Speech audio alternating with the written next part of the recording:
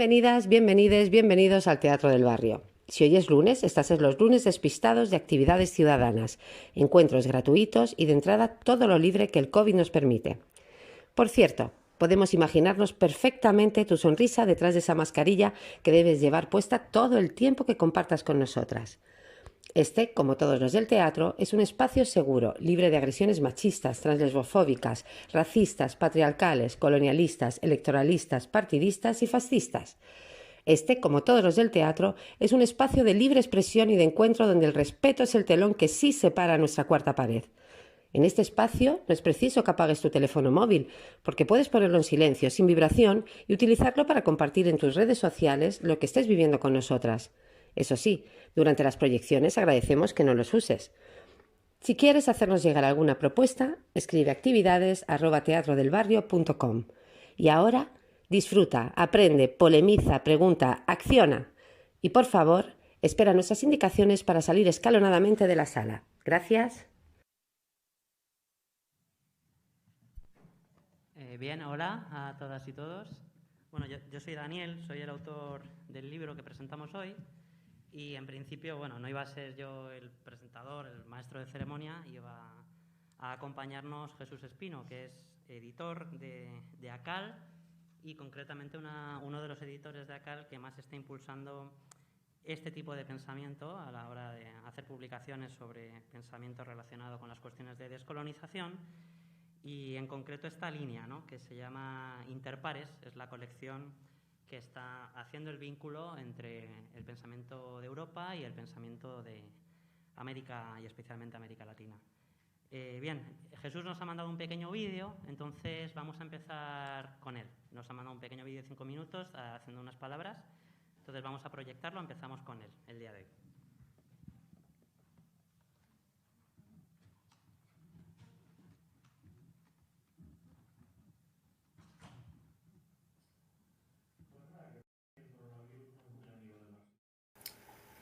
Pues nada, que parece que el coronavirus no es muy amigo del marxismo negro. Y aquí me tenéis que en lugar de estar acompañándoos hoy en la presentación, pues me tengo que estar prudente y cauto en mi casa.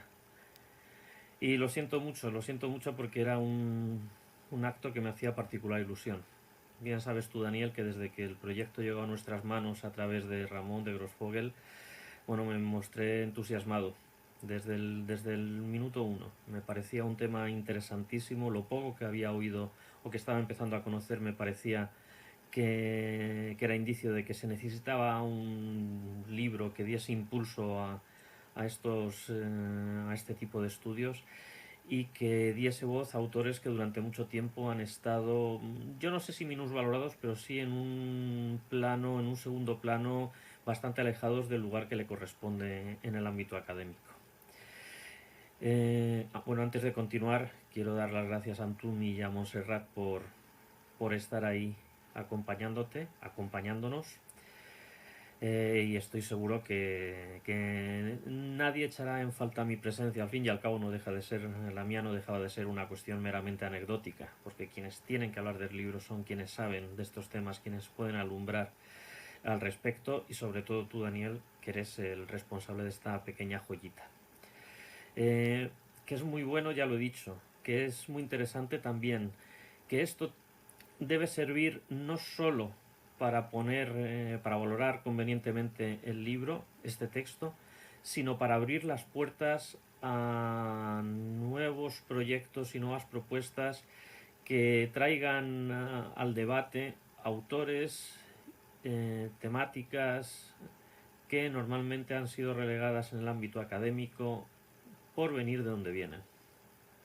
Normalmente ya sea por una cuestión racial, ya sea por una cuestión meramente de estar en lo que se consideran las periferias del sistema, teniendo en cuenta que las periferias del sistema es prácticamente todo, menos ese pequeño y minúsculo núcleo que conforma el centro del eurocentrismo, y que parece que de ahí, que todo lo que queda fuera de eso, que es muchísimo, no merece la pena ni ser estudiado ni ser atendido con los parámetros que nos da esos gratificantes parámetros que nos da el pertenecer a esta academia directa heredera de la Ilustración blanca. No, no tengo mucho más que decir, ni creo que deba decir mucho más. Simplemente una advertencia que ya me la has oído Daniel en algún caso y que creo que es pertinente. No se trata de un tema menor. No se trata de un tema exótico al que hay que prestar atención precisamente por lo peculiar del asunto y que ay, qué gratificante es encontrarse con estas cosas que vienen de un territorio como el Caribe. Sí, lamentablemente me parece que el Caribe solo lo vinculamos a conceptos vacacionales y festivos y no somos conscientes de que en el Caribe, en todo el Caribe, en el Caribe continental y en el Caribe insular, se han desarrollado algunos de los combates y de las luchas más determinantes y para bien y para mal que nos han traído hasta aquí, hasta estas puertas del siglo XXI. En ese sentido, el libro, creo que hay una cosa muy buena que tiene el libro y es que dentro de ese desconocimiento que tenemos, Daniel has propuesto una fantástica guía para introducirnos en estos pensadores. Concebido con una especie casi de pequeño manual donde vas desgranando sus vidas, sus ideas. La verdad es que a uno cuando lo lee y cuando termina el texto lo que le dan ganas es de ponerse a leer los textos de todos estos grandes pensadores. Pensadores que han tenido muchísima más influencia en cuestiones tan en boga actualmente como puede ser los movimientos antirracistas en buena parte del mundo, de lo que podíamos esperar o de lo que a veces imaginamos. Por eso digo que no se trata de un tema menor, no se trata de un tema exótico, no se trata del capricho de unos investigadores un poco que buscan sobresalir o destacar en lugar de enfrentarse a los grandes tótems o a las grandes figuras del pensamiento filosófico político occidental, para nada. Es un texto que lo que hace es precisamente decirnos que hemos estado ciegos durante mucho tiempo a todo aquello que minusvalorábamos por no venir de esas universidades que han estado marcando y aún así siguen marcando muchas veces lo que se consideran los paradigmas del pensamiento que todos debemos seguir si queremos considerarnos a la vanguardia de cualquier cosa que se entienda por vanguardia. Pues nada más, no quiero extenderme nada más, que creo que estoy empezando a desbarrar fruto del encierro. Un abrazo muy grande a los tres, muy grande a todas las personas que estáis ahí participando. Me emociona saber que se acabaron las invitaciones y las entradas para el aforo. Me emociona ver el interés que hay o que puede haber por estos temas que a veces todavía siguen despertando unas ciertas sonrisas condescendientes en algunos cenáculos y en algunos grupos. Que lo disfrutéis mucho, pero sobre todo que esto sirva para una pequeña piedra. No somos los primeros que la ponemos, otros también han ido poniendo ya sus piedrecitas en este camino, que sea una piedra más en ese camino que debemos seguir en España y en el mundo de habla hispana para conocer muchas cosas a las que hasta ahora pues lamentablemente no habíamos dado atención. Ya no me enrollo más. Muchísimas gracias, que tengáis una buena tarde y yo virtualmente os voy a estar siguiendo. Un abrazo.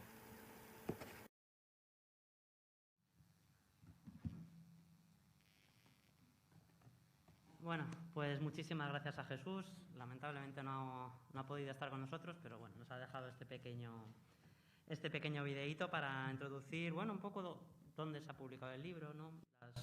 Las pretensiones también que tiene la editorial respecto a estos temas, etcétera. Y bien, como tenemos hoy un poquito menos de tiempo, vamos a ir rapidito, porque vamos a tener que salir a las 8:30 en vez de a las 9, como estaba planeado.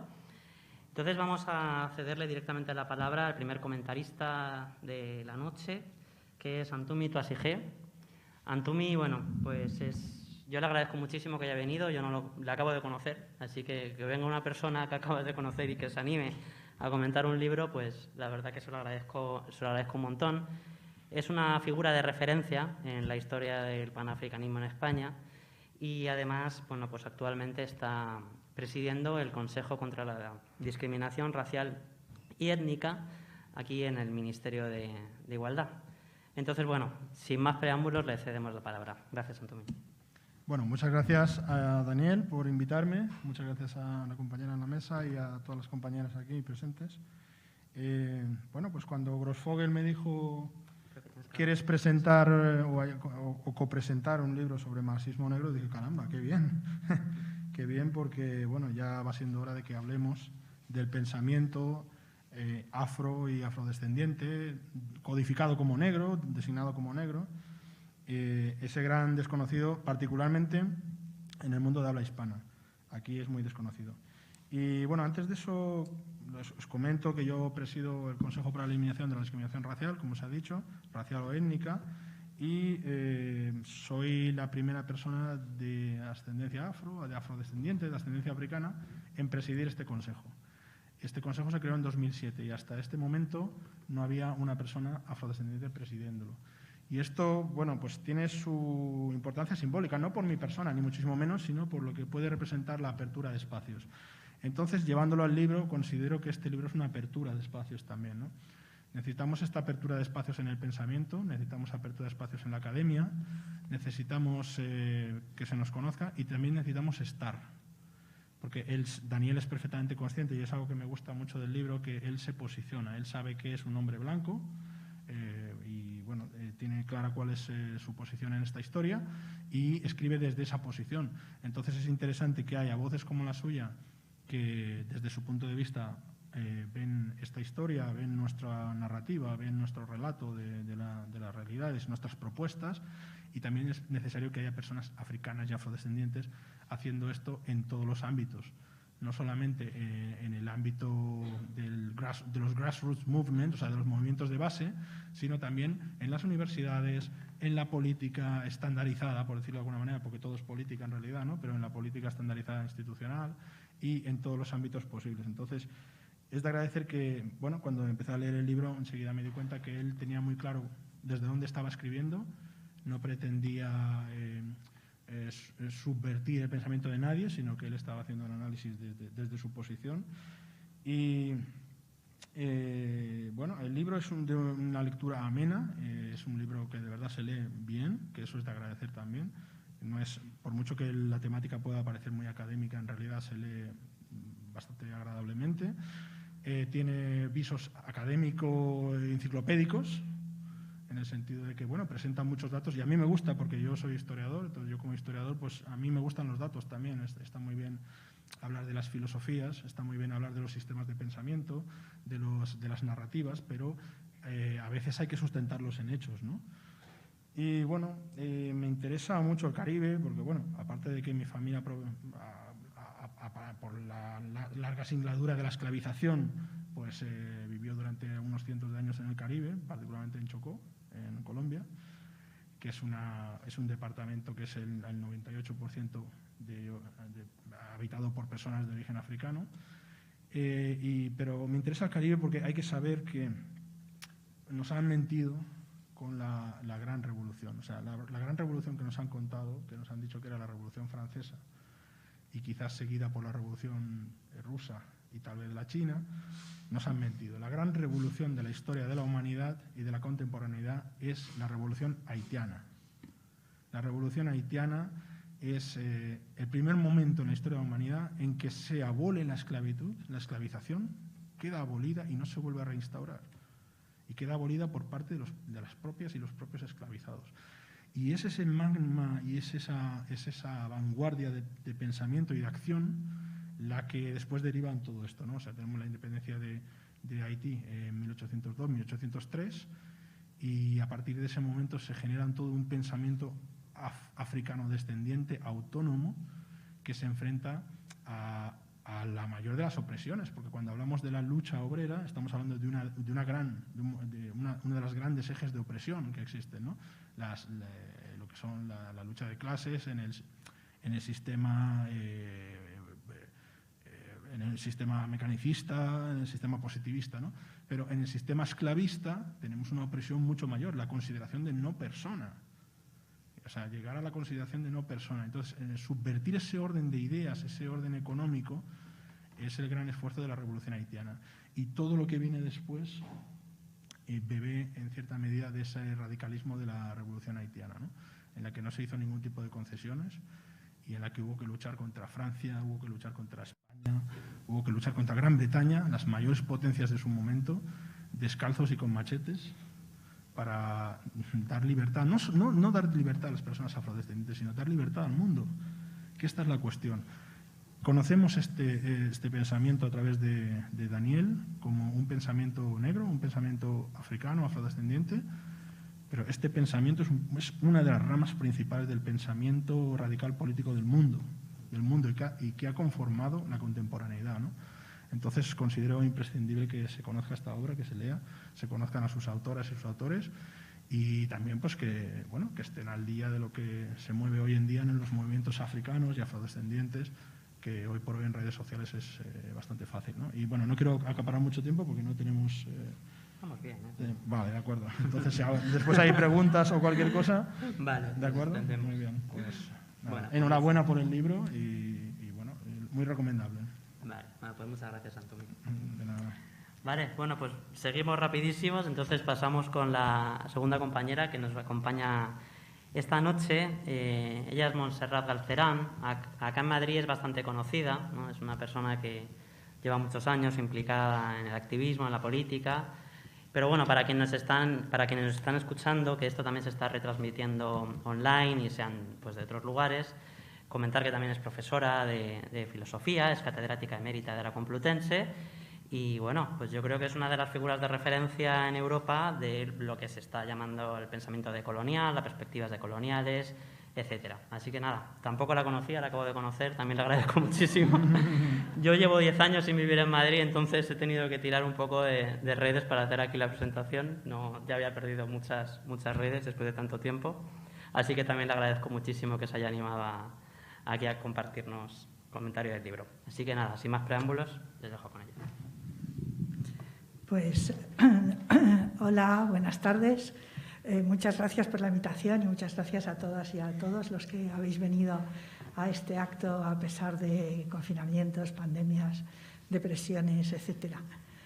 Y yo, antes que nada, quería invitaros a leer el libro. Me parece un libro muy, muy, muy interesante.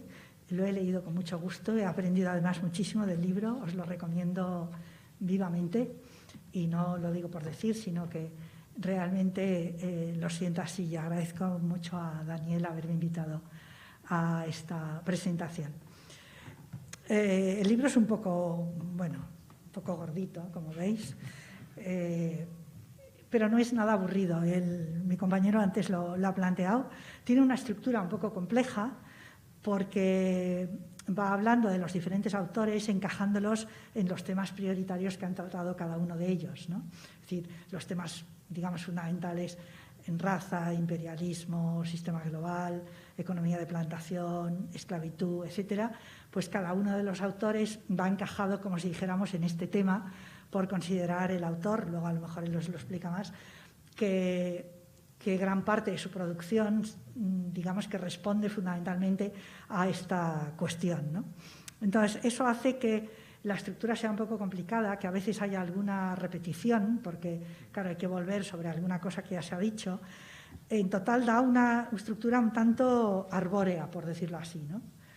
Pero eso no perjudica en absoluto a la comprensión global de la obra ni a los textos de los autores citados. Es decir, no es una lectura lineal que empieza por el principio y termina al final, sino que vas como dando vueltas en torno a los temas, pero también eso da una muestra de cómo estos pensamientos y estos autores se enraizan unos con otros, ¿no?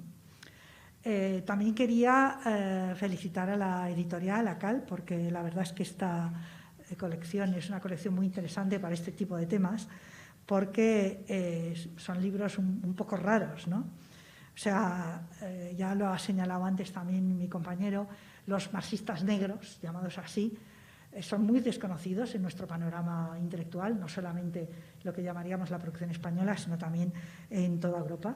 Son autores muy poco conocidos, muy poco tratados. Parece que el marxismo se termina en los grandes, ¿no? Marx, Engels, Lenin, Trotsky, etcétera, Mao, si queréis.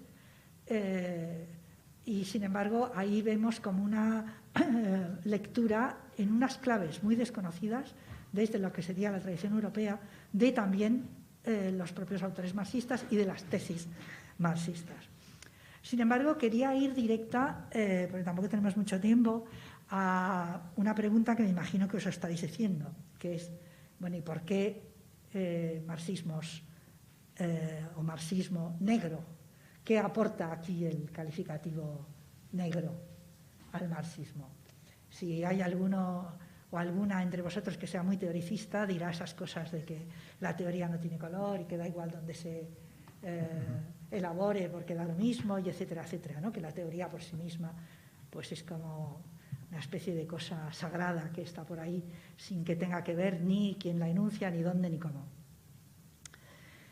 La respuesta más banal, que supongo que se os ocurrirá, es, bueno, porque sus autores son por lo general personas de piel negra. Entonces, el calificativo sería, en sentido básico, ¿no? No añadiría nada.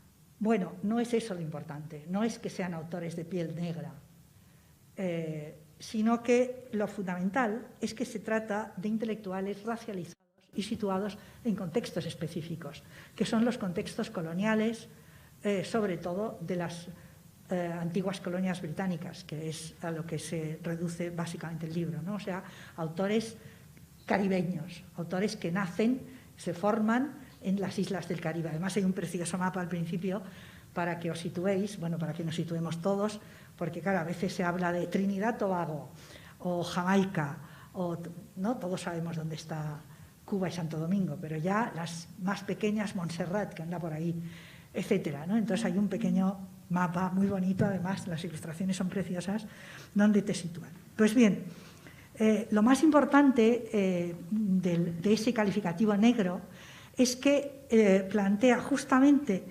que la raza o la racialización de las personas negras se cruza desde el principio en el capitalismo con la explotación de clase.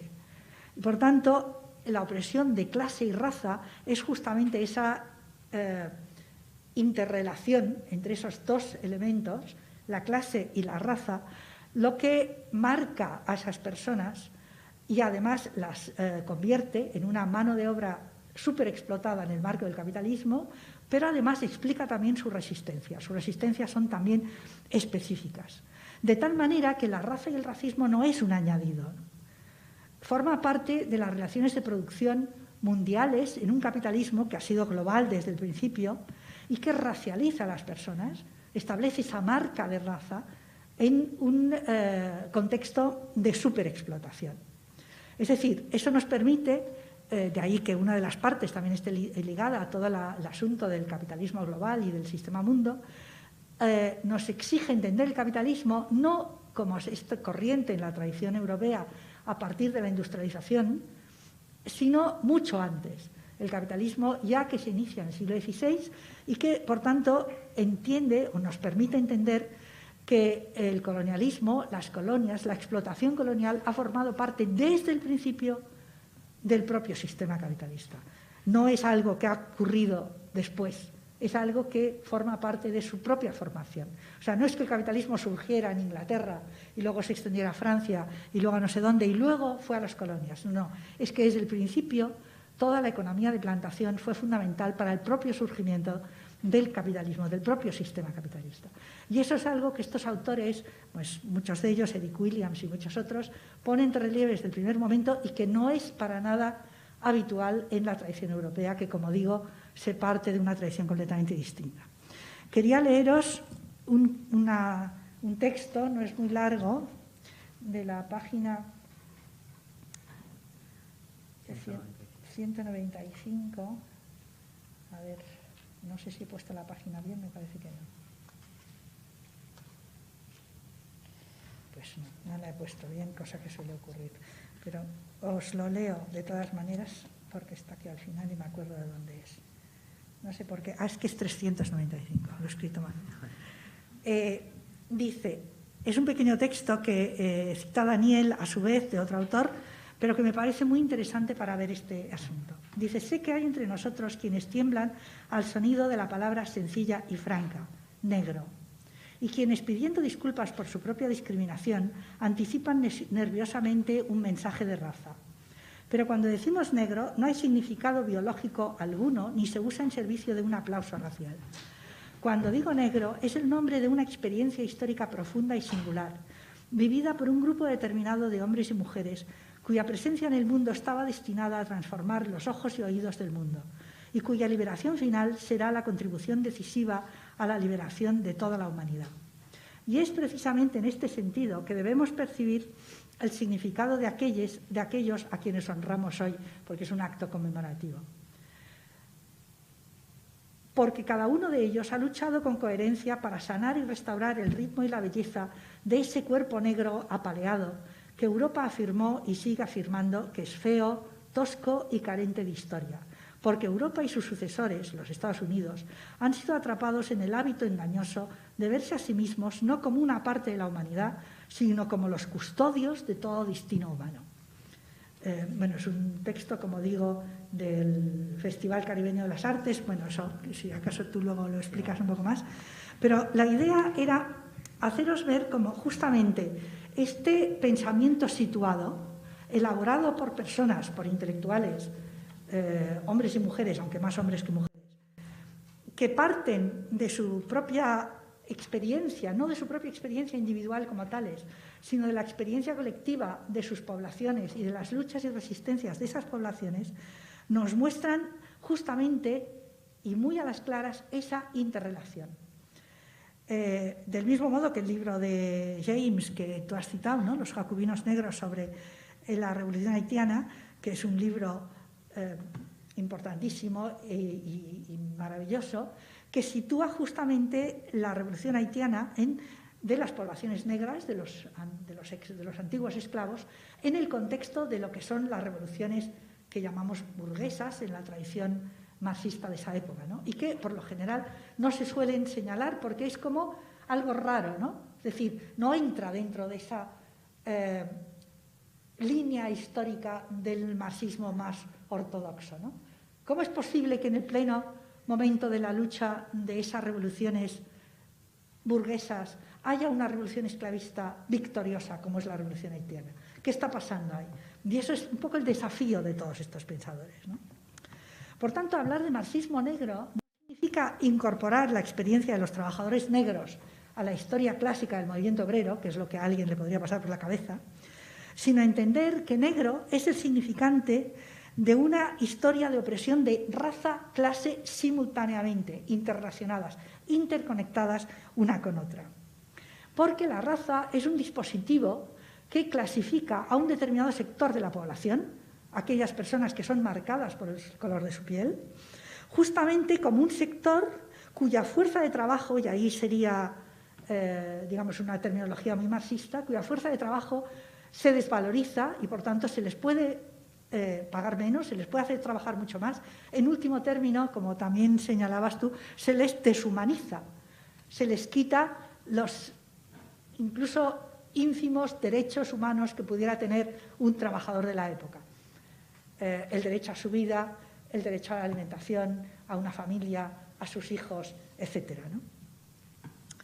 De ahí que también esa es una cita de Daniel cuando él dice: el racismo es una dimensión crucial para comprender todo el sistema, porque funciona como un principio organizador de la fuerza de trabajo inherente a la economía política capitalista y no como un anexo o subproducto derivado. Eso tiene una serie de consecuencias para plantear también todo el tema de la cultura, que en el capítulo de Stuart Hall se desarrolla muy bien, etcétera, ¿no? Es decir, que el tema de la raza no es un añadido, insisto en este punto, es un dispositivo clasificatorio de poblaciones a las cuales se va a poder dar un tratamiento que no sería permitido en poblaciones no marcadas justamente por el significante raza. No quería, sin embargo, terminar sin mencionar otro apartado, que es el de las feministas marxistas negras. Claro, me diréis, las últimas de las últimas, porque es además el último capítulo, tú además lo reconoces, el más pequeño, pocas páginas, una sola autora. Bueno, ¿qué le vamos a hacer? Es fácil decir que las mujeres, porque tú lo dices también a lo largo del libro, han jugado un papel muy importante, todas las luchas en el Caribe, etcétera, etcétera. pero falta documentación, falta trabajo, falta estudio, eso es evidente, y pues es evidente que habrá que seguir trabajando en eso, porque seguro que hay muchísimas más que no la única autora que citas, no por tu... No te lo digo como un reproche, sino porque es seguro, pero claro, eso hace falta desbrozarlo, trabajarlo, etcétera, etcétera.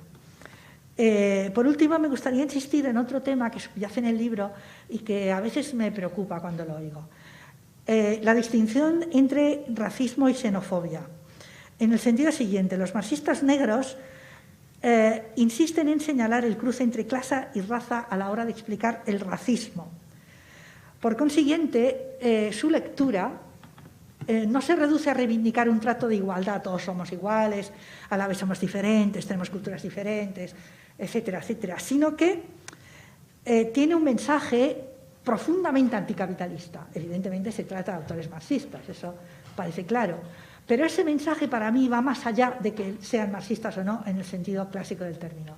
¿Por qué? Porque si entendemos que la raza es ese dispositivo marcador que clasifica a una parte de la población como fuerza de trabajo desechable, por decirlo así, deshumanizada, una fuerza de trabajo a la cual se puede explotar hasta límites increíbles, porque en último término no vale nada, la resistencia negra, utilizando negro en ese sentido político, podríamos decir, es una resistencia fundamentalmente anticapitalista. Ese dispositivo solo dejará de estar en funcionamiento en el momento en que se consiga, o en que consigamos, un poco entre todas y todos, eliminar ese sistema. Yo sé que eso es complejo, porque no parece que esté a la orden del día, pero la política, digamos, radical, negra, que sale de estos asuntos o de estos planteamientos, y a lo mejor en el debate tú nos podrías iluminar un poco sobre estas historias, no es una política como la política feminista, no es una política por la igualdad, por ser igual como ellos y tener sus privilegios, no, no, no. Es una política profundamente anticapitalista justamente porque la explotación de raza como la de género forma parte del propio sistema, está enraizado en el propio sistema desde sus orígenes. Por tanto, podríamos decir que estos autores, y eso también es otro aspecto interesante del libro, y ya termino, no solamente hablan desde una perspectiva, aunque muchos de ellos son autores intelectuales de clase media, que tienen una buena formación, etcétera, etcétera, pero no hablan solo desde la academia, con la cual muchas veces tienen que romper, sino que hablan desde sus respectivos países y también desde el continente africano.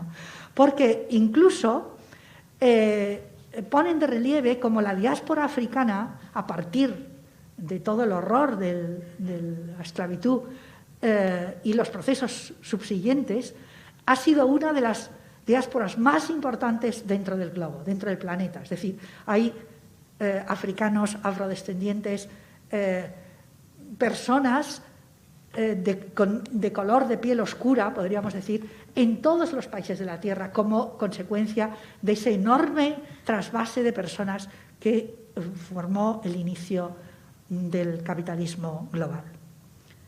Eso no significa que todos ellos piensen lo mismo, ni que sea un grupo homogéneo. Ya hemos hablado, hay autores muy distintos, pues Cox tiene posiciones muy distintas de James o de Eric Williams, a veces se pelean, Stuart Hall dice cosas distintas de otros, es decir, no es un grupo homogéneo. Pero su riqueza está, desde mi punto de vista, en permitirnos profundizar en el carácter anticapitalista y antiimperialista de sus luchas y de sus posturas, y hacernos ver cómo ese dispositivo de la raza, como ese dispositivo del género, son dispositivos básicos capitalistas. Por no olvidar tampoco, y eso se editaría para otra discusión, y lo voy a dejar aquí, sus críticas frente a las tradiciones clásicas de los partidos comunistas, de la Comintern, inclusive de la corriente trotskista. El debate entre James y Trotsky, bueno, es uno de mis preferidos,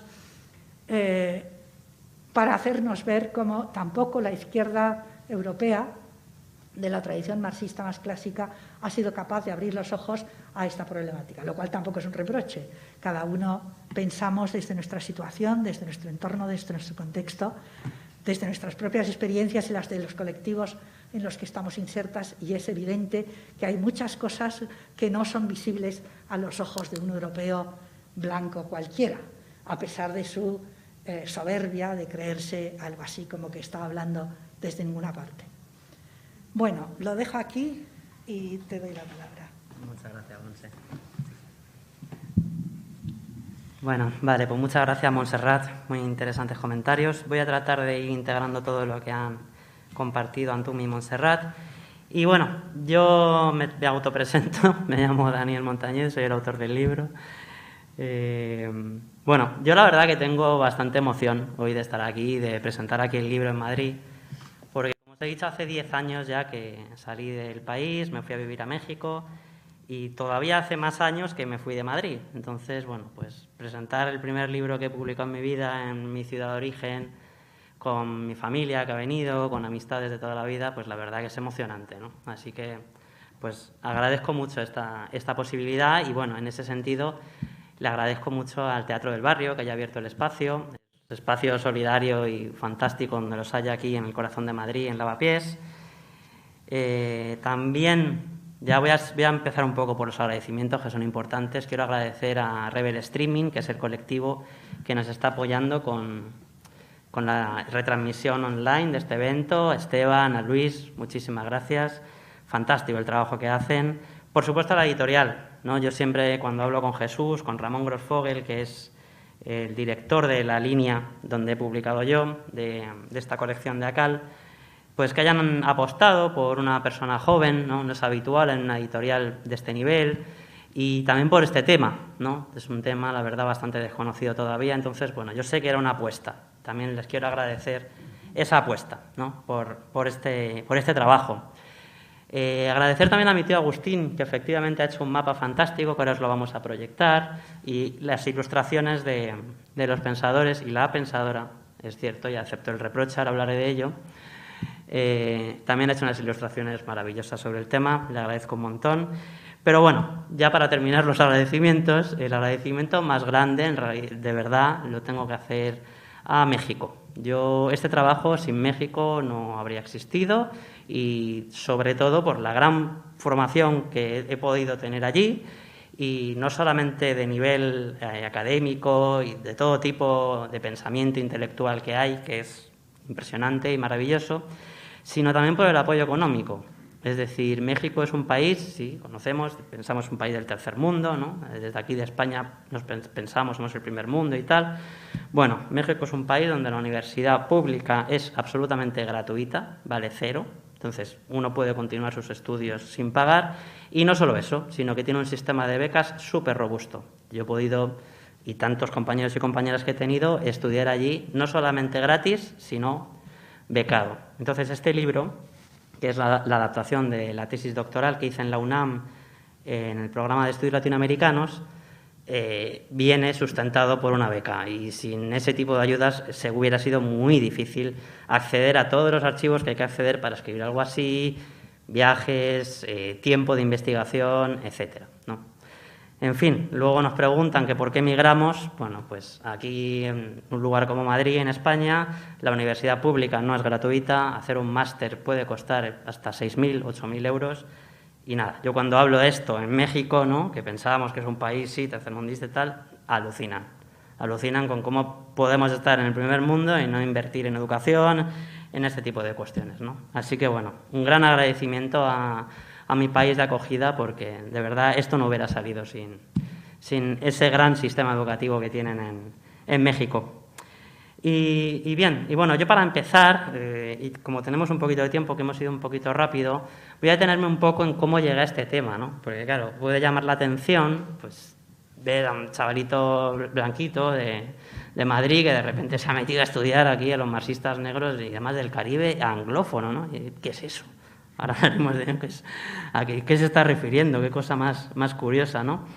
Yo estudié antropología en la Universidad de Granada y voy a irme un poco antes.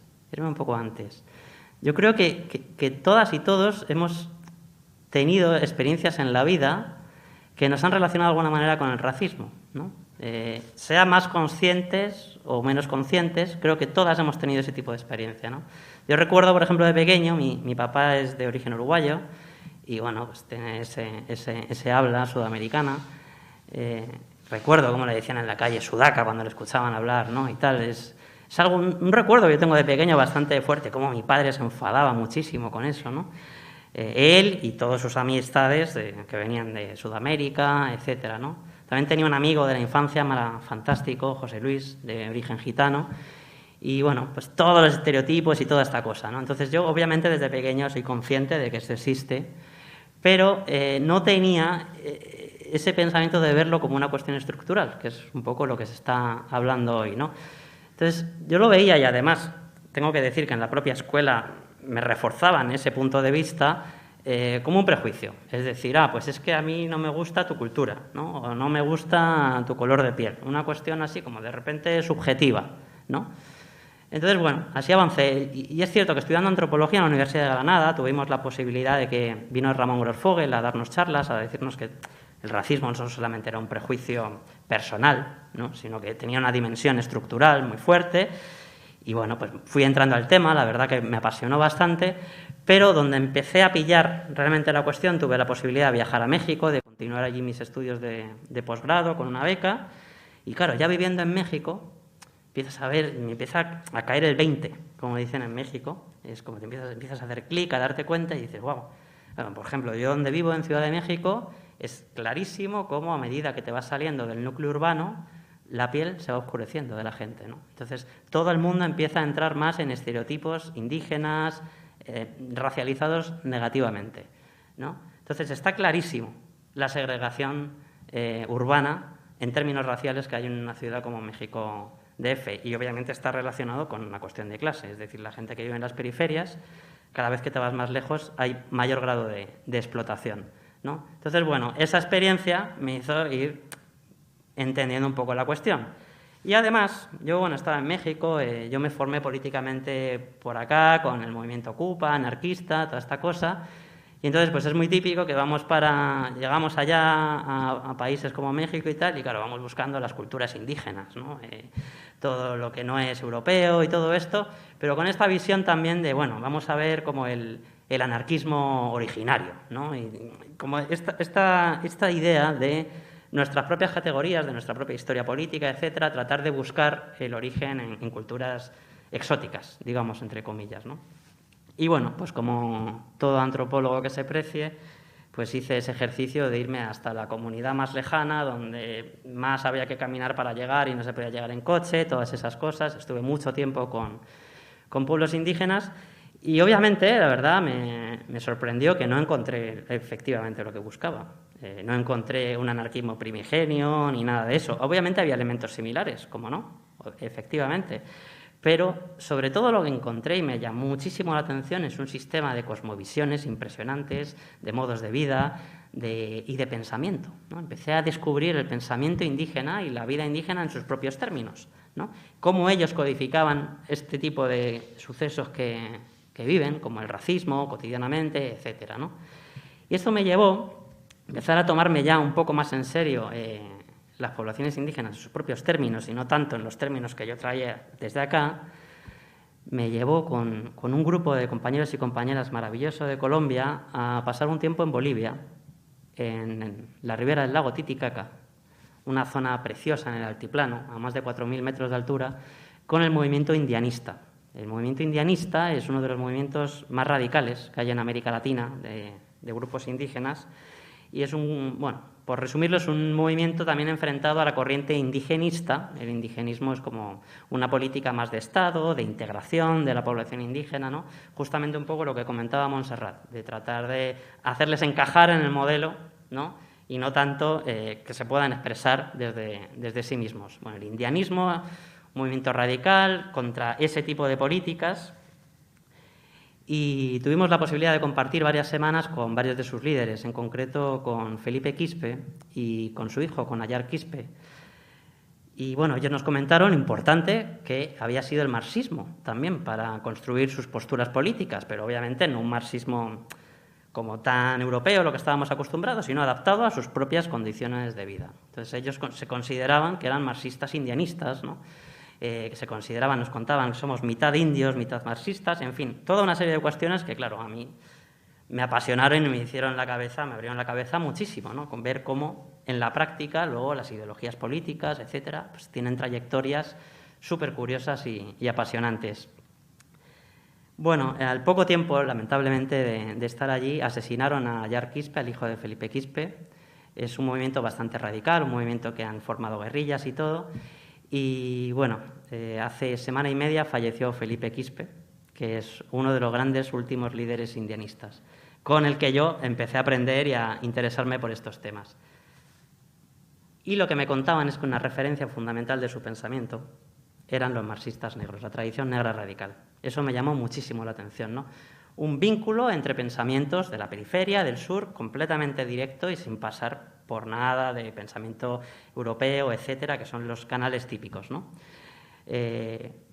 Hacían una lectura de Franz Fanon, hacían lectura de los Panteras Negras, en el altiplano de Bolivia, comunidades superrurales, etcétera, estaban leyendo ese tipo de libros, ¿no? Entonces, claro, a mí me pareció una cosa impresionante, ¿no? Ese tipo de vínculos intelectuales y, bueno, empecé a leer sobre el tema, a apasionarme y la verdad que llegué a toda esta tradición, que es a la que decidí dedicar el doctorado, que me parece impresionante y que yo solamente he podido ver una pequeñísima parte, ¿no?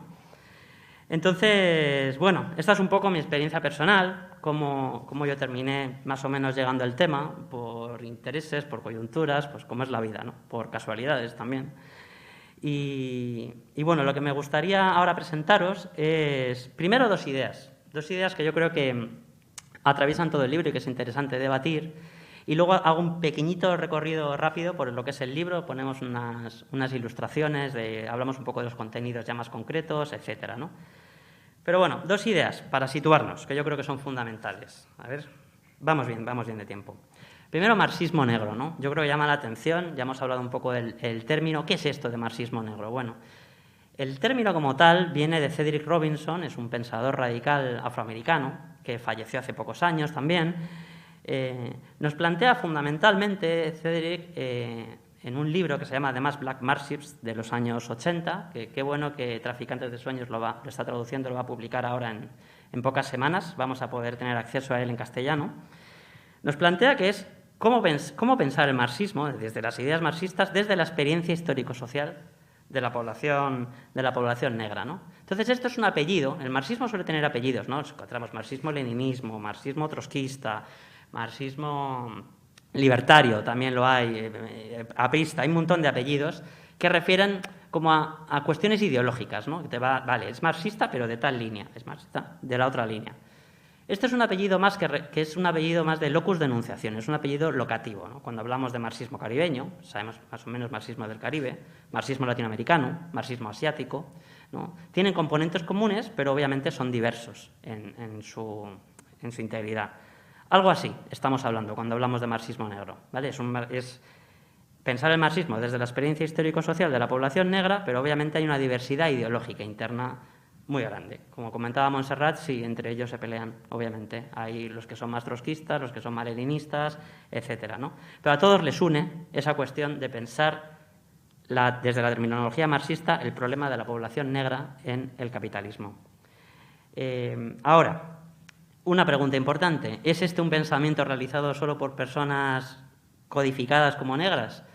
Bueno, en su mayoría sí, y es normal, porque es a quienes les afecta, pues es normal que sean ellos mismos los que tiran para adelante con este tipo de pensamiento. Pero también hay excepciones, es decir, es una cuestión también epistemológica, ¿vale? Entonces, por ejemplo, especialmente en Estados Unidos o en Sudáfrica, donde se dan estas situaciones muy tensas de minorías fuertes de población afrodescendiente y poca población blanca, pero que tienen el poder, ¿no? Pues hay de repente personas blancas que tienen la sensibilidad y aportan también elementos interesantes a esta tradición. Estoy pensando en Harold Wolff de Sudáfrica, en Robert Blauner de Estados Unidos, Selma James también de Estados Unidos, gran pensadora, esposa del CLR James ya mencionado. Entonces, bueno, y a la vez también tenemos lo contrario, es decir, personas negras que a lo mejor se meten al Partido Comunista y, bueno, desarrollan un tipo de marxismo más dogmático, más ortodoxo y que reniegan bastante de esta tradición, ¿no? Entonces, es una cuestión epistemológica, fundamentalmente. Obviamente, muchísimo más desarrollada por personas negras porque viven en carne propia, entonces es normal que lo desarrollen más. Ahora, y esta pregunta está relacionada, es importante, ¿sirven estas ideas solo para entender la situación de explotación de los pueblos negros?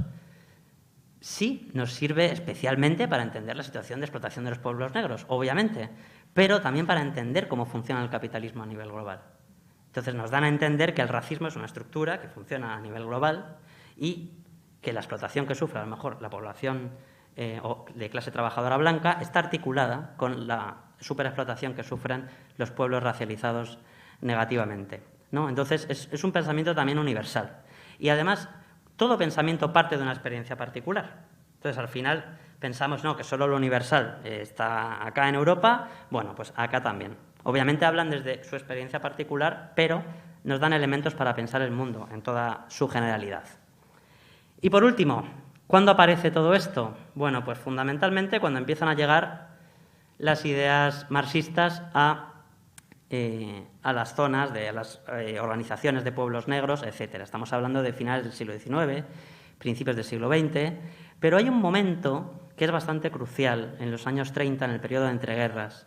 Hasta ese momento, lo más normal es que este pensamiento aparezca en los círculos de los partidos comunistas, ¿no? Personas negras que se meten en el Partido Comunista, empiezan a reivindicar la especificidad de su explotación, etcétera. Pero aparece en los años 30, hay un giro en el Comintern muy importante, en el 7º Congreso, en 1935, donde, claro, la URSS está muy preocupada por el ascenso del fascismo, el peligro de que Hitler invada Rusia, y hacen un giro en la política. Hasta ese momento la URSS apoyaba el antiimperialismo de manera muy fuerte en el Comintern, la Internacional Comunista, y se hace un giro y se pone como principal enemigo el fascismo. Entonces se deja la lucha antiimperialista, dicen, bueno, vamos a aparcarla por un rato, ¿no? Y claro, acá los pensadores negros, activistas negros, los pueblos negros dicen, ¿pero qué? Es decir, ahora vamos a aliarnos con Inglaterra, con Francia y con Estados Unidos contra Alemania, cuando nosotros, quienes nos oprimen en las colonias, colonialmente, son justamente esos países, y nos hacéis ir a pelear contra Italia y contra Alemania, que encima casi no tienen colonias. Dice, ustedes están locos. Entonces empieza a haber un montón de rupturas. Empiezan a irse a movimientos panafricanistas, a otro tipo de movimientos, ¿no? Entonces este pensamiento lo vemos más desarrollado realmente fuera de las organizaciones marxistas clásicas. Hay excepciones, obviamente, pero fundamentalmente pues, en los movimientos panafricanistas, en el Black Power, etcétera, ¿no? Un montón de movimientos de la población negra que exceden estas organizaciones marxistas clásicas que conocemos más, ¿no? Entonces, bueno, estas tensiones son una constante y a mí me gustaría leeros una cita que cito a Césaire, que es un gran personaje de la isla de Martinica, un marxista negro francés, y bueno, yo creo que él lo resume muchísimo mejor que yo, ¿vale? Todo un poco lo que os he contado. Césaire escribe, os voy a leer un fragmento de una carta que le escribe a Maurice Thorez, que era el líder del Partido Comunista francés en los años 50. Y Césaire escribe una carta de renuncia al Partido Comunista un poco por estas tensiones que estamos aquí comentando. Y dice así Césaire. Dice, creo haber dicho lo bastante para que se comprenda que no es ni del marxismo ni del comunismo de lo que reniego, que lo que repruebo es el uso que algunos han hecho del marxismo y del comunismo, que quiero que marxismo y comunismo estén puestos al servicio de los pueblos negros y no los pueblos negros al servicio del marxismo y del comunismo, que la doctrina y el movimiento estén hechos para los seres humanos y no los seres humanos para la doctrina o para el movimiento. Me acusarán de provincianista, en absoluto. No me entierro en un particularismo estrecho, pero tampoco quiero perderme en un universalismo descarnado. Hay dos maneras de perderse, por segregación amurallada en lo particular o por disolución en lo universal. Mi concepción de lo universal es la de un universal depositario de todo lo particular, depositario de todos los particulares, profundización y coexistencia de todos los particulares. Bueno, pues así lo explica Césaire, muchísimo mejor que yo, un gran poeta, de los mejores poetas del siglo XX, muy recomendable sus obras de teatro, sus ensayos políticos, etc. Y bien, segunda idea muy rápida que atraviesa todo el libro, ¿no? Es, claro, ¿qué entienden estos autores y autoras por racismo, ¿no? ¿Cuál es su perspectiva sobre el racismo? Es una perspectiva marxista sobre el racismo y es una perspectiva poco conocida en los estudios sobre el racismo. ¿En qué se basa esta perspectiva marxista sobre el racismo? Bueno, fundamentalmente en 4 puntos. Voy a explicarlos muy brevemente. Primero, es materialista, es decir, ponen énfasis en los fundamentos materiales del racismo y no solamente en la cuestión ideológica, discursiva, etcétera, que es lo que a veces nos suele llamar más la atención, ¿no? Cuando una persona de repente dice, no, es que eres inferior, ese tipo de insultos, etcétera, ¿no? Bueno, ¿qué fundamentos materiales hay? ¿Cómo se ha explotado a los pueblos negros, en este caso, durante tantos siglos, para que haya podido emerger una ideología que deshumaniza a la gente, ¿no? Entonces, es un énfasis que se pone el énfasis en una cuestión quizás anterior a lo ideológico, que es el hecho material que provoca eso. Entonces, aquí fundamentalmente se estudia la división del trabajo, ya hemos hablado de eso en términos racialistas, y, bueno, en general, la relación raza-clase. Segundo, es histórica. Es muy importante para la metodología marxista, el materialismo histórico, estudiar cómo se originan las cosas y se desarrollan. Entonces, ¿dónde está el origen del fundamento material del racismo? Y, bueno, pues entonces se tienen que ir hasta el siglo XVI, al expansionismo europeo, a los orígenes de la división racial del trabajo, etcétera. Entonces, aquí se ve muy bien la diferencia que tienen con las perspectivas idealistas sobre el racismo, ¿no? Hay quienes piensan que el racismo, por ejemplo, Foucault, que es un autor postestructuralista, plantea en un libro que se llama Genealogía del racismo, que empieza en el siglo XIX. ¿Por qué? Porque es en el siglo XIX cuando se desarrolla la idea científica de raza, ¿no? Pero ya lleva operando el fundamento material por lo menos desde el siglo XVI, a base de la superexplotación de los pueblos negros del mundo. Otra idea típica, nos encontramos esa posición de Foucault, nos podemos encontrar otras que dicen que el racismo es algo de toda la historia, que todos los pueblos han tenido odios de una a otra y tal. Entonces estos autores nos dicen, vale, sí, pero no. Es decir, hay muchos tipos de odios en el mundo y de enemistades, pero esta es bastante concreta y está adherida al origen del capitalismo y la división del trabajo en términos de clase, etcétera, ¿no? Entonces lo ubican dentro de la historia del capitalismo. Ese es uno de los grandes aportes. Tercera, es marxista porque es dialéctica. Es decir, que se ponga énfasis en la cuestión material y estructural no quiere decir que lo ideológico se menosprecie, pero sí que se entiende integrado, ¿no? Y en diálogo entre lo superestructural y lo estructural, por utilizar categorías marxistas. Ahora, aquí se ve muy bien también la diferencia con una posición idealista, ¿no? Si uno piensa que el racismo es fundamentalmente o pone énfasis en la dimensión ideológica discursiva, entonces puedes encontrarte con cosas como que decir, no, es que ese es racista de blancos, o os pongo un ejemplo, ¿no? Yo, por ejemplo, a mí me da por pensar que los alemanes blancos son inferiores. Y escribo un tratado sobre por qué son inferiores, porque tienen la pielecita blanca muy fina, no sé qué, no sé cuántos, ¿no? Bueno, yo podré decir lo que quiera, podré escribir muchos tratados y muchos libros, pero no hay un correlato material en términos de poder que sostenga eso. Entonces no va a tener mucha injerencia sobre la realidad de ese discurso, ¿no? Entonces la perspectiva marxista es dialéctica y siempre ve que lo ideológico y lo discursivo tiene que tener un correlato en diálogo con los hechos materiales. Eso es fundamental. Y por último, es revolucionaria. Es absolutamente revolucionaria. Hay visiones antirracistas más liberales que plantean el ideal sería el integracionismo, ¿no? Ahí están superexplotados, están muy mal, bueno, vamos a... es decir, es la perspectiva de, no sé, Michael Jordan, la gente negra exitosa, ¿no? Que obviamente está fantástico, pero obviamente en términos realistas no todo el mundo puede ser Michael Jordan, ¿no? Entonces estamos hablando de cuestiones estructurales que afectan a grandes masas de población, ¿no? Entonces, bueno, frente a los liberales es una perspectiva revolucionaria que plantea que la división racial del trabajo nunca va a terminar y que en caso ideal de que pudiéramos a todos los pueblos negros integrarles el capitalismo, había que desintegrar a otra gente para que estuviera superexplotada, porque el capitalismo, y así lo demuestra una visión histórica, no funciona sin grandes grupos de población superexplotada. Entonces, la única forma de terminar con el racismo es terminar con el sistema mismo. Y os leo otra cita, que lo dice, por supuesto, mucho mejor que yo, que es de Oliver Cox, ya mencionado, y dice así. Oliver Cox, la traducción es mía, porque está en inglés, es un libro que se llama Raza, Casta y Clase, de 1948, dice esto sobre el racismo. Dice, el racismo es una actitud social propagada por la clase explotadora, con el propósito de estigmatizar a algún grupo como inferior, para que su explotación o la de sus recursos pueda estar justificada. Entonces, no podemos derrotar el racismo solamente demostrando que sus ideas sobre estos pueblos están equivocadas, dado que son un síntoma de un hecho social material.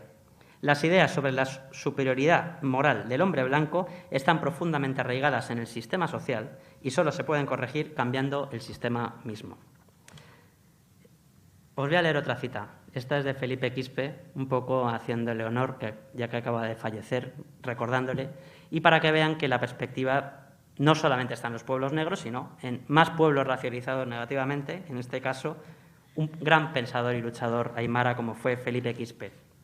Este es un libro que se llama Mi captura, lo escribió en la cárcel, él fue parte del ejército guerrillero Tupac Katari, y en la cárcel escribe este pequeño libro hablando de cómo lo capturaron, en fin, esas cuestiones de revolucionarios. Y les leo una pequeña cita de Felipe, y dice, somos nosotros los indios que garantizamos la comida, la ropa y el techo de estos represores. O sea, nuestro trabajo, bajo la lluvia, el frío y el calor, sirve para mantener a estos aparatos represivos en contra del pueblo. ¿Qué pasaría si no existiéramos? Estoy seguro que se morirían de inanición, pues gracias al indio, labrador de la tierra, tienen el privilegio de ser valientes y así cuidar de los intereses de los ricos y del imperialismo. También a los caras, se está refiriendo a los caras, es como llaman a la población blanca en Bolivia. También a los caras, desde nuestros abuelos antepasados, hemos venido cuidándolos y ayudándolos directa e indirectamente como a nuestros huéspedes, tributando con nuestros mejores productos o aportándoles con nuestra fuerza de trabajo gratuito a fin de que éstos vivan enriquecidos y felices en las ciudades. Somos buenos para aportar con mano de obra barata, con la finalidad de que sus hijos crezcan sanos y saludables, y para que después exploten y opriman a nuestros hijos y a los hijos de nuestros hijos. Tenemos una perspectiva totalmente materialista y revolucionaria sobre el problema del racismo. Bien, y bueno, ya para terminar, son y 10. Les voy a pasar un poco los contenidos del libro muy rápidamente. El marxismo negro es un universo enorme, y es tan enorme que está en muchísimos pueblos del mundo que yo he tenido que focalizarme sobre una pequeña parte del Caribe. Fíjense si es enorme. Entonces, esto realmente es un trabajo en grupo, ¿no? Es un trabajo en grupo. Yo he recuperado parte de los aportes del Caribe anglófono y aún así queda muchísimo. Es de lo más conocido del Caribe anglófono. Pero bueno, hay otros investigadores e investigadoras que nos apoyan con la cuestión. Desde Cuba trabajamos con Zuleika Romay, Julio César Guanche, Mario Castillo, con Jacqueline Laguardia de Trinidad, con Ramón Grosfogel de Puerto Rico, Lautaro Rivara y Pablo Blanco de Argentina, Juli Jerosewski de Bélgica, Juan Vicente Iborra de México y bueno, y Pablo Gil Olmo de aquí de Madrid, que me da mucho gusto que haya venido hoy aquí y esté con nosotros. Bien, y bueno, y todos los demás que se quieran sumar, es una invitación abierta, hay muchísimo que investigar aquí, de verdad, y son aportes súper importantes e interesantes. Muy rápido, os paso unas diapositivas, que además se ven las ilustraciones, que está bastante bonito. Bueno, había preparado un ejercicio, si queréis lo podemos hacer rápidamente, sobre el imaginario que tenemos sobre esta región, ¿no? Esto es un poco el imaginario que hay sobre la zona que yo he investigado. Cada vez que me contaban, el Caribe anglófono, ¿eso qué es? Bueno, Trinidad, Barbados, tal, estas son los referentes que suele tener la gente, ¿no? Quizá el de arriba a la derecha es un poco más millennial y no, la gente de un poco de más edad, yo mismo, no la podemos reconocer. ¿Alguien la reconoce? Arriba a la derecha, una cantante muy de moda. Rihanna, exactamente. Abajo a la izquierda, obviamente, está el gran Bob Marley, reconocidísimo. Arriba a la izquierda, Usain Bolt, el gran campeón de velocidad jamaicano. Y bueno, estas imágenes que refieren al complejo, a la principal industria del Caribe, que es la industria de los cruceros, del turismo, y etcétera, ¿no? Y obviamente la imagen del centro, que es esa imagen que tenemos de esta parte del Caribe como paraíso fiscal.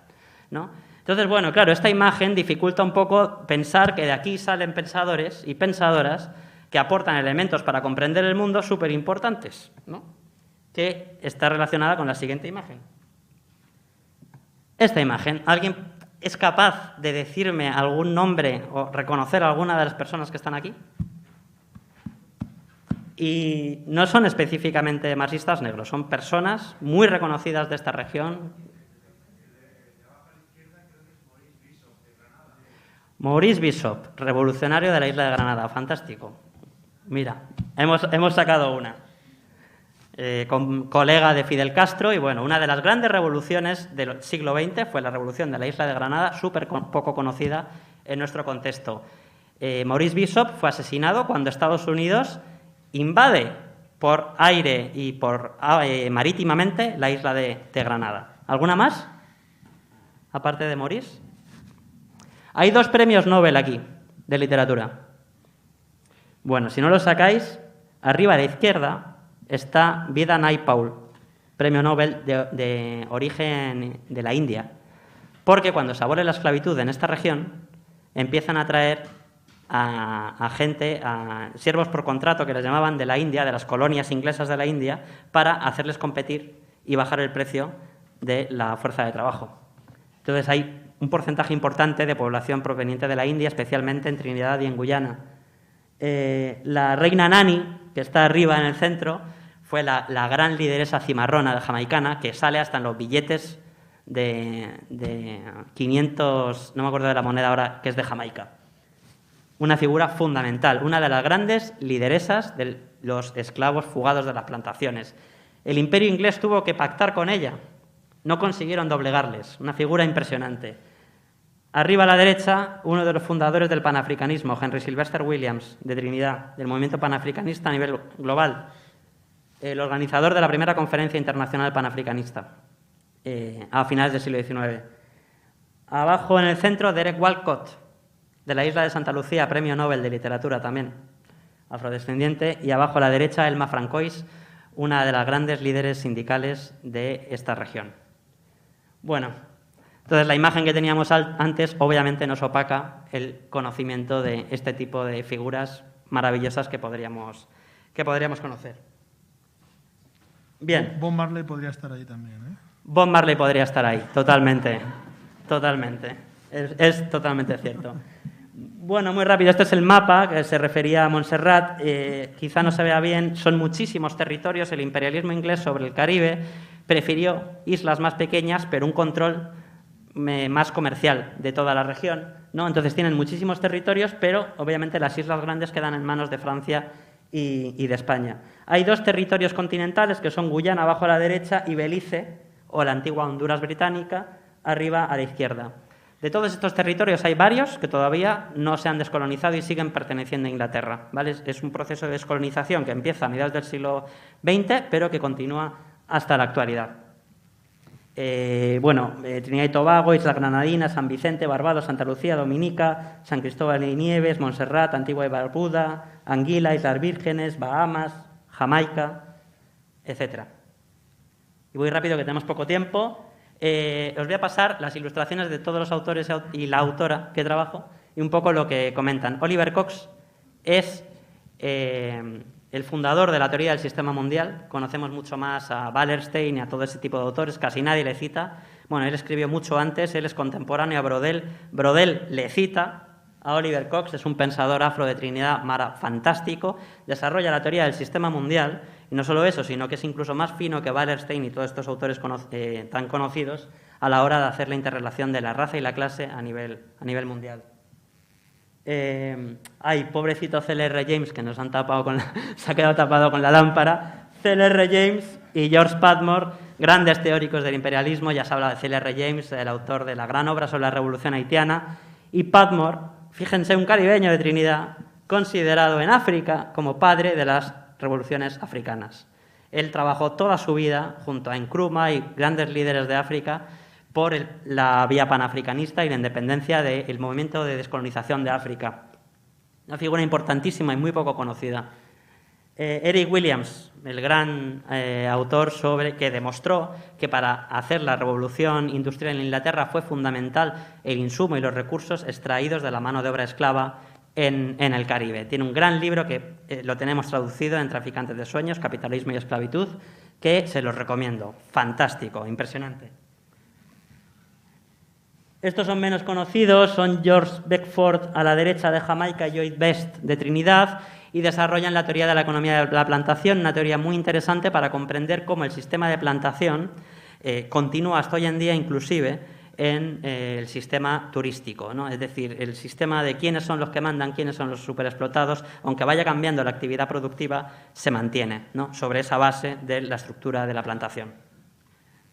Walter Rodney a la derecha, asesinado, un gran activista, autor de la gran obra de cómo Europa subdesarrolló a África. También es un autor guyanés, pero que también trabajó en Tanzania con Julius Nyerere, una gran figura del panafricanismo también.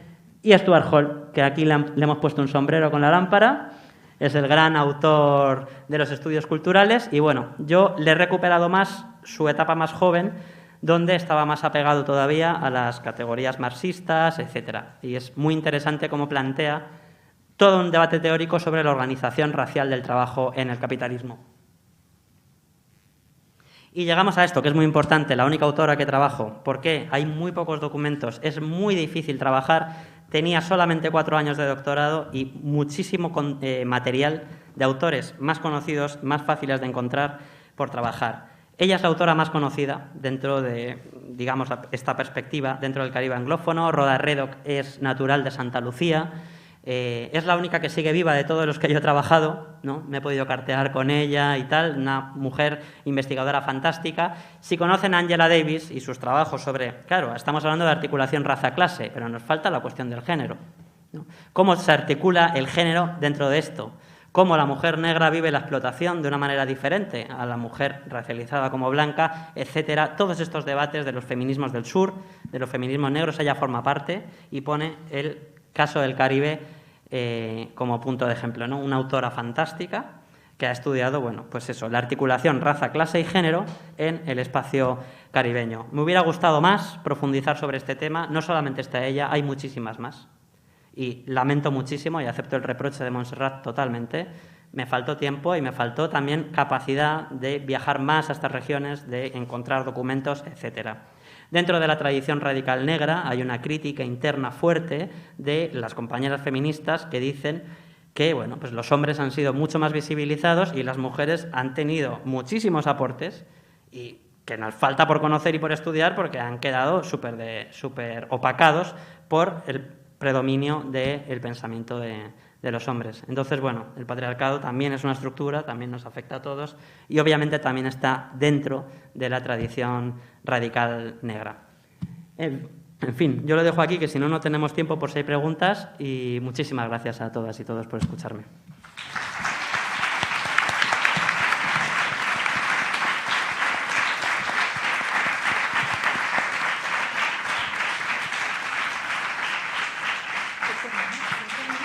Sí. Tenemos casi 10 minutos, así que si queréis vamos rápido, por favor, si tenéis alguna pregunta, y voy a revisar. Yo tengo una reflexión que también, sí. Cuando hablamos de la presencia de la mujer en los momentos de liberación en el mundo en general, solemos intentar buscar siempre el pensamiento, lo que publicaron, etcétera, pero es que esa presencia es mucho más importante en el sentido, del sustento, sí, de la visibilización. Por ejemplo, Amy Jacques Garvey fue la persona que llevó las publicaciones de Marcus Garvey. Si no es por ella, esas publicaciones no existirían. Amy Jacques Garvey fue la persona que fue maestra de ceremonias en las reuniones previas al V Congreso Panafricano. Entonces tenemos que rastrear el pensamiento y lo que se pudo llegar a publicar, que fue poco porque eran mujeres y la barrera era triple. Estaba la raza, estaba la clase y estaba el género.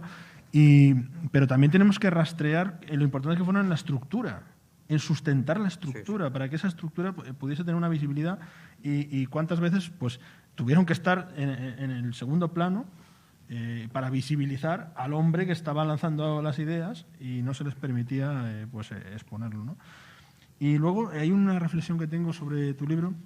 Al principio para un marxista yo creo que le puede dar un poco de tristeza al libro, en el sentido de ver cómo no parece haber una conciliación entre los intereses de las personas africanas, afrodescendientes, y los intereses del marxismo general. Pero yo, como soy panafricanista, en el fondo, bueno, me da una alegría en el sentido de ver que hay una propuesta alternativa que es el panafricanismo. Es decir, muchos de estos autores pasan por el marxismo, atraviesan el marxismo y desembocan en el panafricanismo, que tiene muchas concomitancias con el marxismo, pero tiene un análisis de la realidad más en el contexto de la destrucción de las civilizaciones. La destrucción de las civilizaciones africanas, el desempoderamiento de las civilizaciones africanas es lo que ocasiona el discurso racista. Primero se produce el desempoderamiento militar, por ejemplo, en la península ibérica, la llamada, entre comillas, reconquista, ¿no? Es decir, la destrucción de esas civilizaciones, que son fundamentalmente africanas, la invasión del continente africano y la deshumanización de esas personas, y a partir de ahí la elaboración de la teoría. O sea, no es que no viene al revés. Normalmente el proceso es primero la destrucción, primero el desempoderamiento y luego una teorización para mantener, justificar y mantener en el tiempo esa teorización. Y bueno, tu libro me suscita muchas cosas. Pensé que a lo mejor tendríamos un poco de tiempo para comentarlo, pero no sé, yo quiero, hablando de mujer, me interesa mucho porque, mira, fíjate cómo en el centro de la revolución haitiana está Cécile Fatimán, que es la sacerdotisa que enciende la mecha de la revolución haitiana. Y si no está Cécile Fatimán como mambo, como sacerdotisa vudú, no hay revolución haitiana. Entonces, no solamente tenemos que buscarlas en los textos, que es interesante y habrá que buscarlos, y sobre todo los no publicados, ¿no? Las correspondencias, etcétera, ¿no? Todo eso, sino hay que buscarlas en esa capacidad de agencia que luego al final han aprovechado los hombres, sin duda alguna, ¿no? Entonces, bueno, nada, yo creo que ya, bueno, no quiero ocupar el tiempo si hay alguna pregunta, pero en esta línea me parecen interesantes para analizar. Bueno, sí, hay una pregunta por ahí. Si puedes tratar de hablar alto, sí.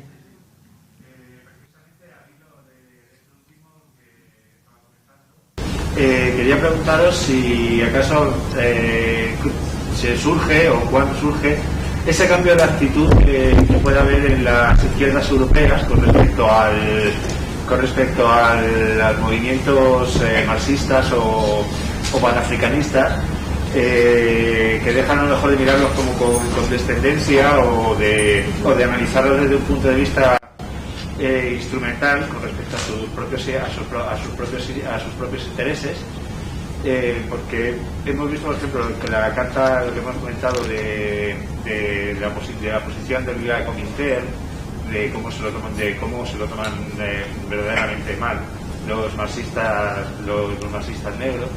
Pero luego, sin embargo, con el devenir del tiempo sí puede verse a lo mejor que sí hay veces en las que la izquierda o los partidos comunistas sí toman partido por la lucha descolonizadoras en África, o por ejemplo el apoyo a Mandela y al Congreso Nacional Africano. ¿Notáis eso, que hay un cambio de actitud? Sí. ¿Te refieres al Partido Comunista de Sudáfrica? Sí, o al CENIO, por ejemplo, la República Democrática Alemana, por ejemplo, apoyó la lucha de Mandela. Y, sin embargo, por ejemplo, y es curioso, la RFA siguió apoyando a la Sudáfrica del apartheid. Entonces, quiere decir, es un cambio, si observáis ahí que hay un cambio de actitud, ¿se da realmente ese cambio de actitud o se trata simplemente de intereses geoestratégicos? Bueno, es que el autor del libro es él, no quería ocupar el espacio, pero siempre que entran en colisión los intereses blancos o europeos o etcétera con los intereses africanos, se preferencia a esos intereses, ¿no? Entonces si pueden ir de la mano, pues sí, se ha ido de la mano en un momento dado, ¿no? Pero cuando entran en colisión, no. Y aquí se ve cuando, por ejemplo, una cosa que no se sabe, que es mi análisis de la Guerra Civil Española. La Guerra Civil Española en gran parte se perdió porque la República no dio la independencia a Marruecos. Si la República da la independencia a Marruecos, que ya había personas pidiéndola, muy probablemente los fascistas no hubieran tenido ese apoyo. Entonces, ese tipo de análisis que se escapan, luego al final afectan también a Europa, ¿no? Afectan a Europa, pero en principio siempre que hay una colisión de intereses se preferencia el interés, entonces el interés europeo. Entonces de ahí la lucha, por ejemplo, de George Padmore por decir, bueno, es que ya vamos a dejar de hablar de Gran Bretaña, vamos a dejar de hablar de los... O sea, es decir, solo los muertos de Hitler importan, porque son muertos dentro de Europa, ¿no? Y los muertos que ha causado el Imperio Británico, el Imperio Español, tantos otros imperios, ¿no? Estos muertos son de otra categoría, no tienen esa importancia, ¿no? Sin quitarle ni mucho menos la importancia al otro, ¿no? Pero es decir, y también fijaros como, por ejemplo, la lectura que se ha hecho en la Guerra Civil Española, hablando de la Guerra Civil Española, de que las brigadas internacionales vienen a apoyar aquí la lucha simplemente porque están vinculadas al Partido Comunista, pero es que la mayoría de las personas que vinieron aquí de las brigadas internacionales a luchar contra el fascismo, lo que querían era luchar contra Mussolini porque había invadido Abisinia, había invadido Etiopía. Y esa fue la principal motivación de las personas que vinieron, ¿no? Y luego las lecturas pueden ser otras, ¿no? Entonces, muchas veces estamos en esta problemática de que siempre el interés europeo, aunque sea el de la clase obrera, con el que me solidarizo al máximo, ¿no? Pero siempre acaba prevaleciendo, ¿no? Y también el interés del hombre, y etcétera, etcétera, ¿no? O sea que, bueno, no sé, se avanza. Y no digo que no haya avances, pero... Te lo dejo a ti, que parece que... Sí, yo, perdóname que a lo mejor es traerlo mucho hasta nuestra contemporaneidad, pero para mí el tema del colonialismo en nuestro país no es un tema que haya sido convenientemente tratado. Y te pongo un solo ejemplo, el tema del Sáhara Occidental y el Polisario. O sea, es un país que está todavía bajo la autoridad española, porque cuando murió Franco y el rey... salió huyendo de allí, bueno, él y todos los demás, lo dejó en una situación en la cual, según la ONU, es un país que está bajo la autoridad española, sigue siendo colonia española, y España ha transmitido la soberanía a Marruecos sin poder hacerlo, porque no tiene esa soberanía pertenece al pueblo saharaui. Y yo supongo que todos los que estáis aquí, todas las que estáis aquí, conocéis más o menos esa historia. La izquierda española, incluso la más, digamos, ya no hablo del PSOE, sino más para este lado, no hemos sido capaces de defender algo tan básico como el que se haga un referéndum en el antiguo Sáhara Occidental, que, como te digo, sigue siendo una colonia española. ¿Por qué? Nunca se ha encontrado el momento como para lanzar una campaña, como para ponerlo sobre la mesa, ni ahora que Trump acabó de reconocer que Marruecos era el soberano en ese territorio, cosa absolutamente ilegal, porque Marruecos tiene una soberanía ficticia que le dio España, pero que no se la puede dar sin un referéndum. Entonces, quiero decirte, ¿cómo es posible que pase eso? Pues porque esa concepción colonial de las poblaciones de los antiguos países coloniales se sigue considerando, en el mejor de los casos, con una lectura humanitarista, o sea, pobres niños saharauis que vengan de verano a España porque así conocen otro mundo, y en el peor, con un desdén absoluto.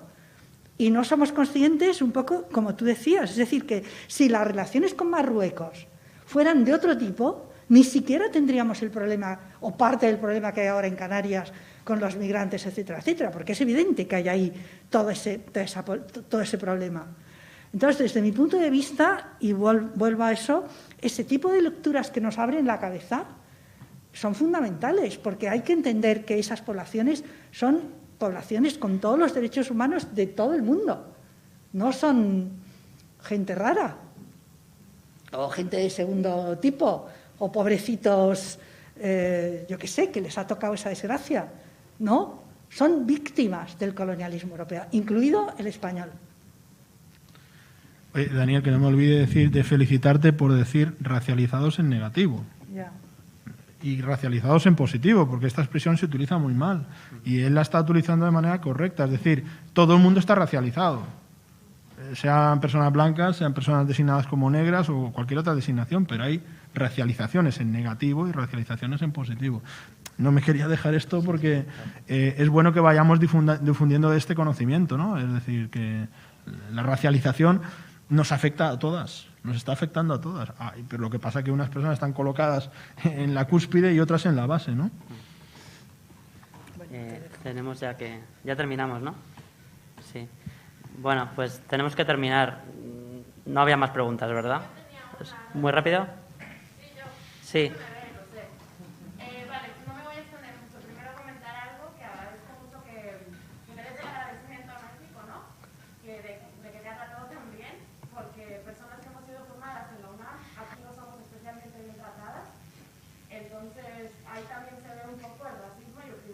blanco tuyo allá, y la racialización es negativo que muchas de nosotras, formadas en UNAM, vivimos en universidades como la Complutense, ¿no?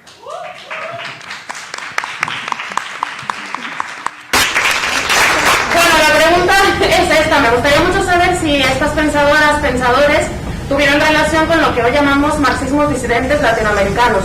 Pienso, por ejemplo, en Mariátegui, posteriormente en Bolívar Echeverría. O sea, me gustaría saber si hay intercambios y sinergias de estas teorías, ¿no? Esa es mi pregunta. Fantástica, te contesto muy rápido. Por supuesto que hay sinergias y intercambios. Ahora, es verdad que el idioma es una barrera, ¿eh? Por ejemplo, Pablo González Casanova, que tú lo conocerás, profesor de la UNAM, se le considera el creador de la teoría del colonialismo interno cuando ya estaba teorizada desde hacía 50 años por marxistas negros, especialmente de Estados Unidos y de Sudáfrica. Harry Haywood, James Laguma, etcétera.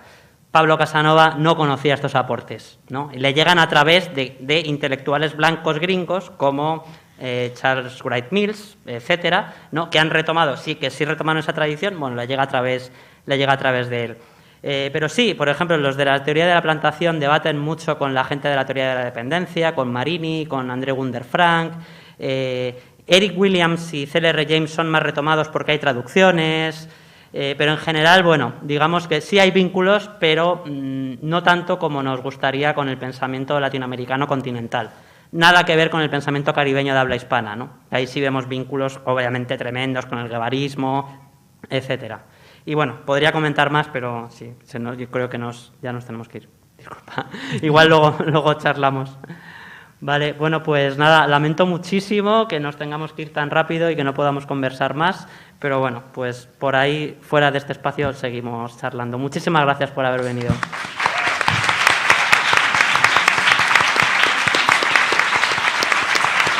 Porque hay que salir como lentamente, ¿no?